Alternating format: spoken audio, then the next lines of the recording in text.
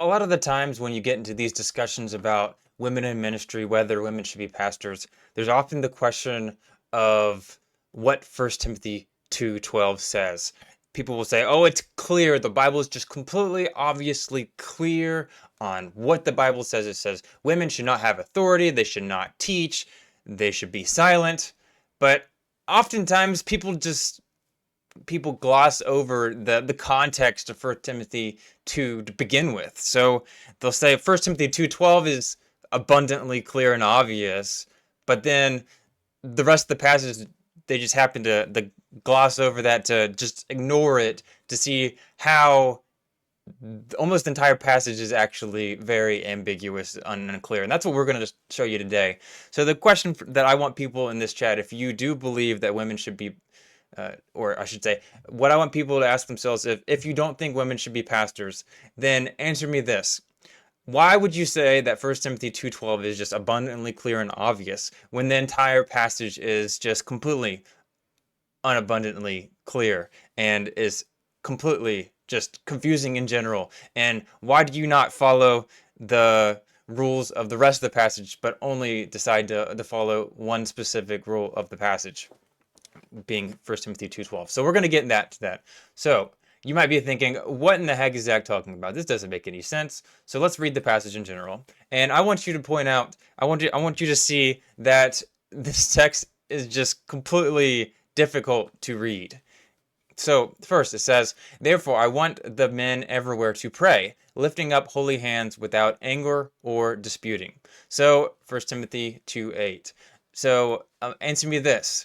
Is Paul saying that men should only pray with lifted hands every time in every situation? Is that what Paul is saying? Clearly not. But that seems to be what he's saying if you just read the face value, clear interpretation. He says, "I want the men everywhere to pray, lifting up holy hands without anger or disputing." Okay, so everywhere, I think people, if you want to take First Timothy 2:12 literally, I think you should take this as well. Or you got to give a better understanding to admit that, hey, this verse is not clear in itself. It is not abundantly clear and obvious.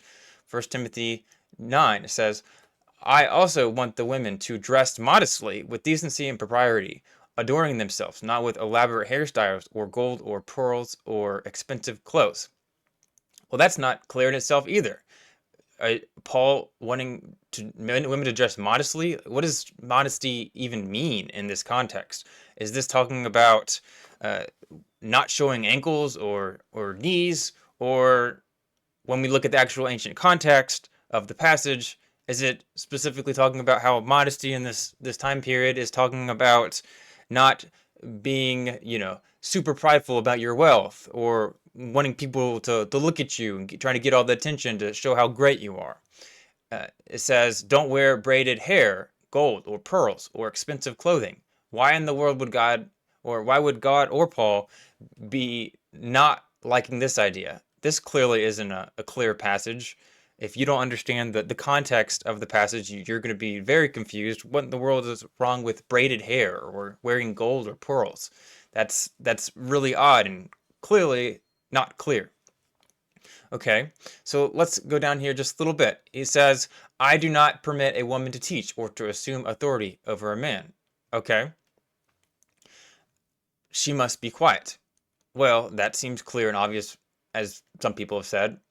But is it? It says man and woman translation. So these words could also be wife, as this translation points out in the footnotes. It says could be wife. It could be a wife should learn in quietness and full submission. "I do not permit a wife to teach or to assume authority over a husband." The words are ambiguous in itself, so we don't even know what this text is specifically talking about. Is it talking about a man and a woman in general, or is it talking about a wife and a husband?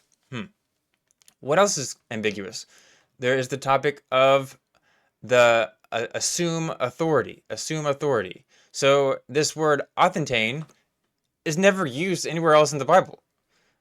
So almost your entire understanding of whether women should be pastors or not, if it's based on this, why would you base an entire doctrine on one passage when we only have one use of this word. And it's a very, very rare word in history. And it can mean different things. It can mean killing. So, one, this, I mean, this should be pretty obvious that it makes this just the entire conversation, just this one word being only used one time in the entire Bible, that makes it very confusing. It means this passage is inherently unclear, not even if we don't even mention everything else that I've talked about. But just this word antidate, it could be used for killing, it could be thrusting sexually. The KJV itself translated as usurp authority. Usurp, which is more of a stronger notion of something that's ethically wrong compared to just, assuming authority over a man. And as I said before, is it talking about assuming authority over a man or a husband? That completely changes the context. Maybe the context isn't anything about being a pastor or in church authority. Maybe it's talking about a husband and a wife in the context of their home. That makes things ambiguous in itself. And let's also talk about the idea of like how and when this should be happening. So it says, I do not permit a woman to teach or to assume authority over a man. She must be quiet. But it doesn't say anything about when this should be happening. Is this for all time, every single situation? Is it talking about not even school? What about missionaries? If you're a missionary, you go overseas and you're a woman. So you're saying that woman missionaries, they can't have authority over any men at all, just in general, as a pastor overseas? Or what about Priscilla and Aquila, where it seems like Priscilla was more authoritative in the teachings than Aquila was? So that's really odd. And what about the idea of having authority in a business? So this doesn't say, I do not permit a woman to teach or to assume authority over man in the context of church, or the context of being a pastor, or the context of Bible study.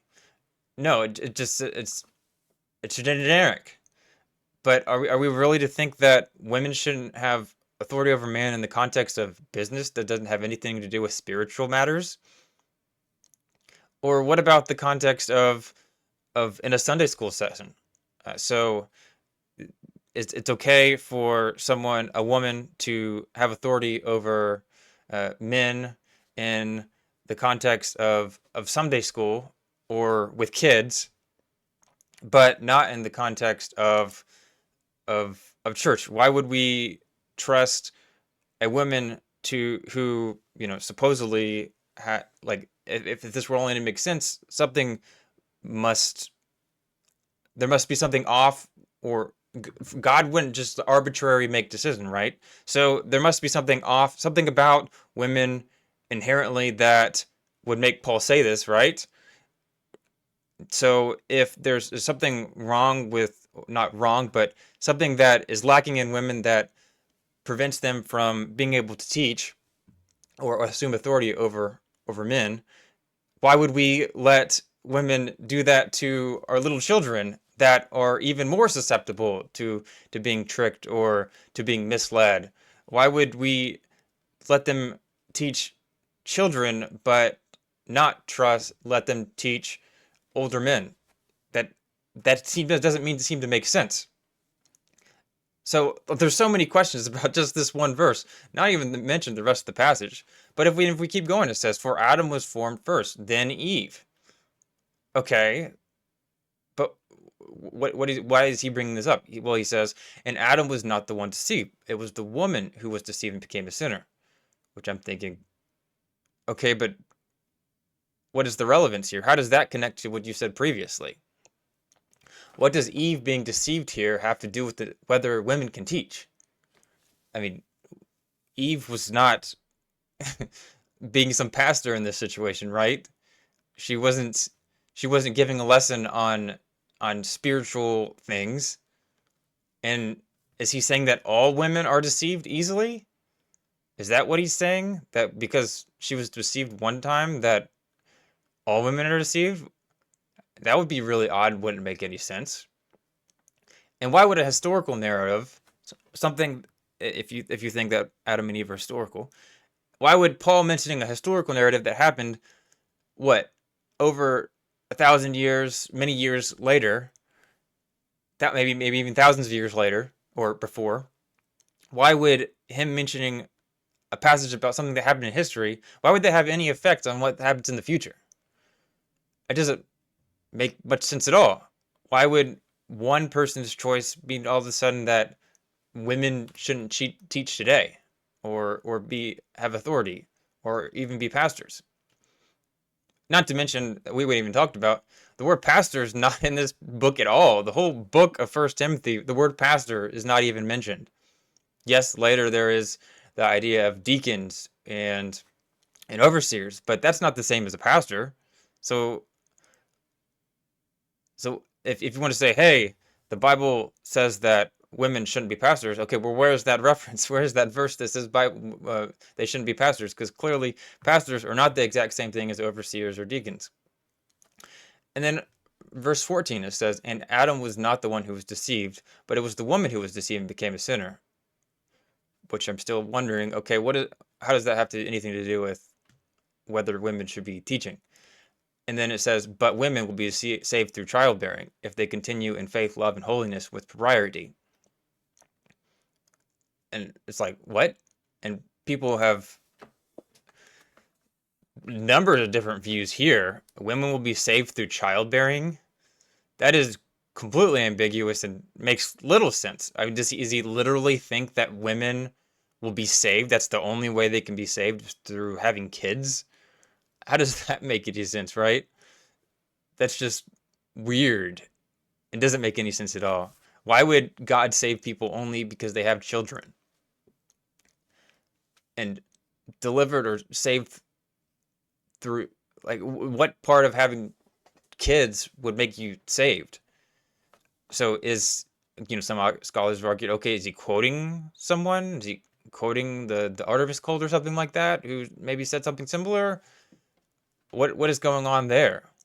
And then it says, if they continue in faith, love, and holiness with propriety. Okay, well, that's weird. So they can be saved through kids, but only if they continue in faith, love, and holiness with propriety.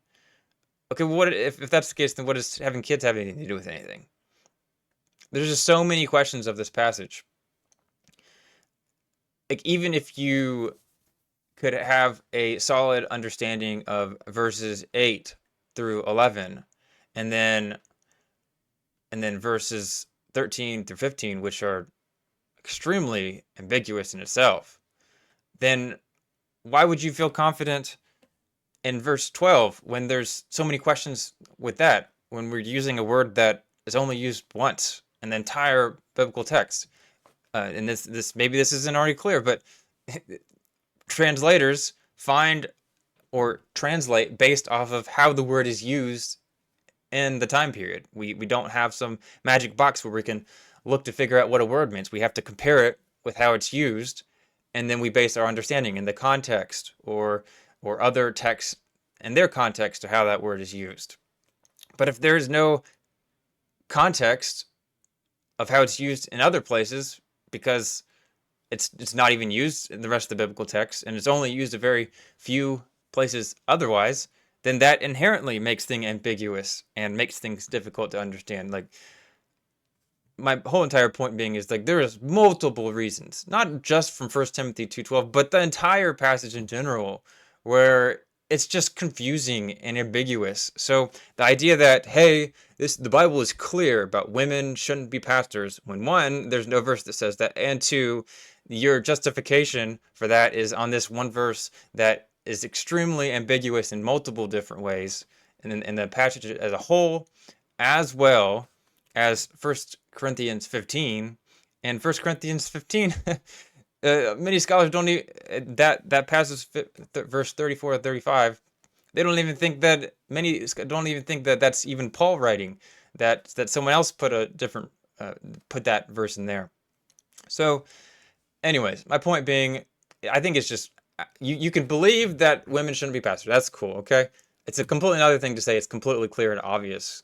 That's just, I think it's wild based off of what we have here. So many ambiguities and unclear things about the text. So anyways, thank you for watching. It's been fun.